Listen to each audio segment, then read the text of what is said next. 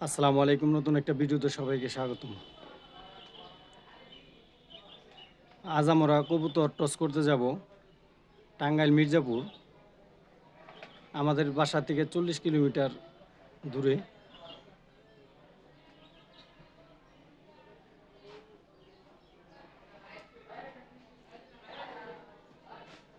Already 8টা পার হয়ে গেছে, এখন আর দেরি করব না, কবুতরগুলি ধরি। এখানে আমার কিছু জিরোপরের বাচ্চা আছে, কিছু 8 পরের বাচ্চা আছে, 6 পরের বাচ্চা আছে। এই বাচ্চাগুলি রিয়াজ টস করব।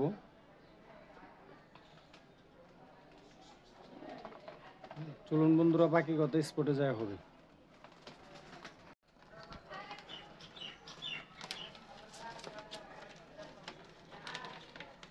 খাঁচায় অলরেডি কবুতর ঢুকায় ফেলাইছি, এখনই রওনা দেব। এই খাঁচায় টোটাল 14টি কবুতর আছে।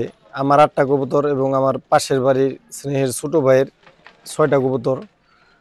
ওই ভাইয়ের কবুতরগুলি মূলত আমি টস করি, কারণ ভাই একটা সময় পায় না।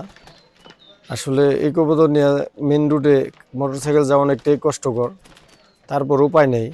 আল্লাহর নামে রওনা দিলাম, সবার কাছে দোয়া চাই। বাকি কথা ইনশাল্লাহ স্পটে যাওয়া হবে।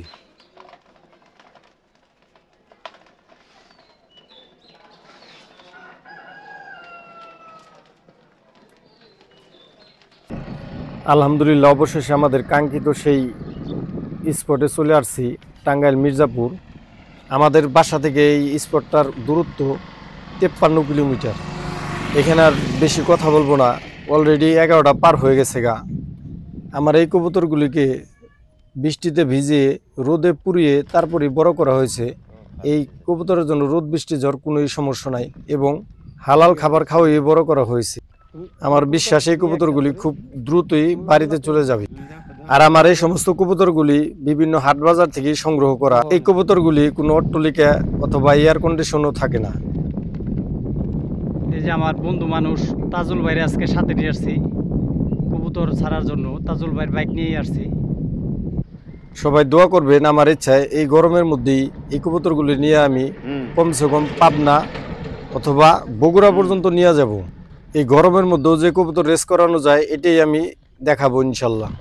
বিসমিল্লাহির রহমানির রহিম। আল্লাহর নামে প্রথমে আমার এই গ্রিজেল 2 পরের বাচ্চা দিয়েই কবুতর ছাড়া শুরু করলাম।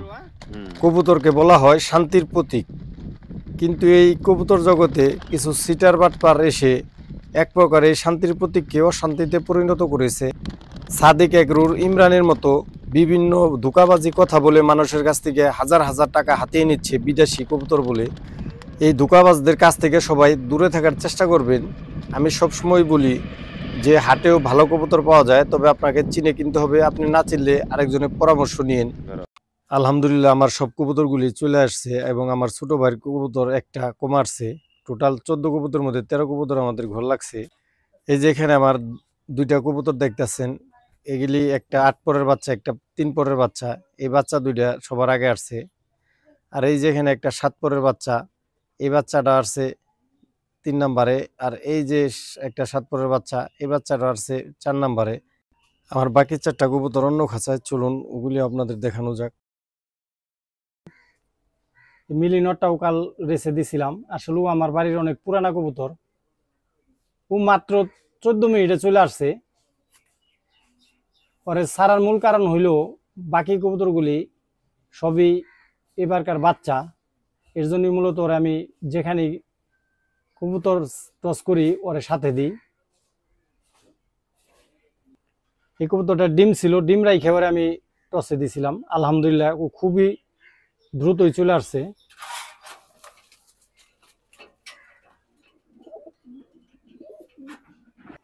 আর এই যে একটা আমার মাদি কবুতর, এই কবুতরটাও মাত্র 25 মিনিটের মধ্যে চলে আসছে। এই কবুতরটা 1 দশকের কবুতর। আমি আগেই বলছি, আমার কাছে যত কবুতর আছে সবই সবই পেন্সিল দমের কবুতর। মানে জুবা দম বলে, অনেকে পেন্সিল দম বলে। তবে দম আমার কাছে কোনো গুরুত্ব না, এবং ব্লাড লাইনও গুরুত্ব না। আমার কাছে যে কবুতর ভালো রেজাল্ট করবো ওইটাই আমি বিশ্বাস করি।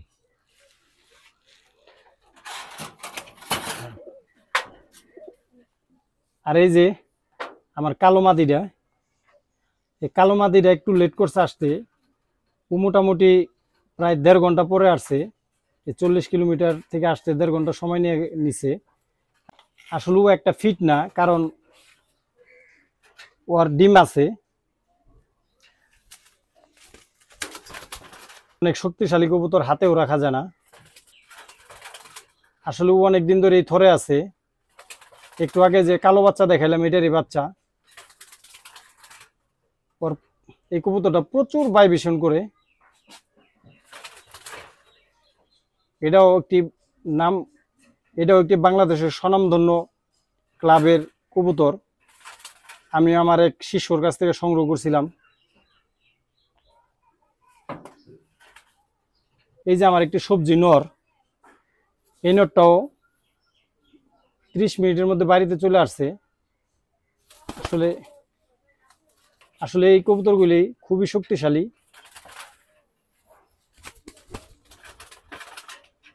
ধরে রাখা খুবই মুশকিল। এই ছিল আমার কাছে কবুতরের সর্বশেষ আপডেট। আর আমার প্রতিবেশী ভাইয়ের যে 6টা কবুতর ছিল, ভাইয়ের একটা কবুতর মায়ের পড়ে গেছে, 5টা কবুতর ঘর লাগছে। ওই কবুতরগুলি আসলে দেখাইতে পারলাম না, কারণ 7 তলা ছাদের উপরে ওঠা সম্ভব না।